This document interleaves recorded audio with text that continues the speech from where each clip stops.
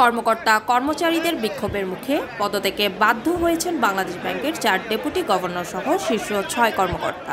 সরকার পতনের পর অফিস খোলার দ্বিতীয় দিন বুধবার 7 আগস্ট একদল কর্মকর্তা কর্মচারী কেন্দ্রীয় ব্যাংকের গভর্নর, 4 ডেপুটি গভর্নর, উপদেষ্টা ও আর্থিক গোয়েন্দা দফতরের প্রধানের পদত্যাগ দাবি করে বিক্ষোভ করেন। এক পর্যায়ে তারা কেন্দ্রীয় ব্যাংকের মূল ভবনে অবস্থিত গভর্নরের ফ্লোরে ঢুকে পড়েন। তাদের বিক্ষোভে প্রথমে ডেপুটি গভর্নর কাজী সাইদুর রহমান সাদা কাগজে সই করে পদত্যাগ করেন। বিক্ষুব্ধ কর্মকর্তা কর্মচারীরা এরপর একে একে ডেপুটি গভর্নর নুরুন নাহার, মোহাম্মদ খুরশিদ আলম ও মোহাম্মদ হাবিবুর রহমানকে সাদা কাগজে সই করতে বাধ্য করেন।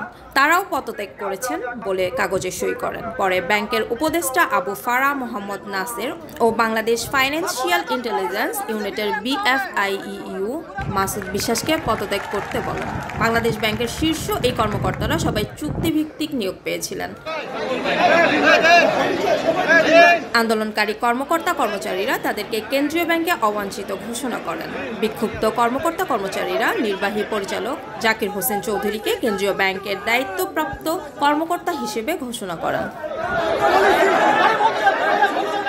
বিক্ষুব্ধ কর্মকর্তাদের দাবির মুখে পদত্যাগ করে ইতিমধ্যে কেন্দ্রীয় ব্যাংক থেকে বেরিয়ে গেছেন তারা। বুধবার 7 আগস্ট সকাল 10:30টার দিকে তারা প্রথমে আন্দোলন শুরু করেন। এরপর বাংলাদেশ ব্যাংকের গভর্নর বিল্ডিংয়ের 4র্থ তলায় কর্মকর্তারা ভুয়া ভুয়া বলে স্লোগান দিয়ে অবস্থান নেন।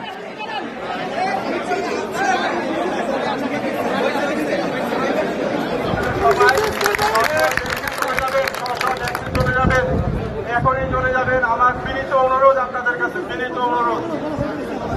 পুরাতন প্রমোশন পলিসি ফিরে আনতে হবে, পুরাতন পলিসি ফিরে আনতে হবে স্যার, পলিসি চেঞ্জ করতে হবে।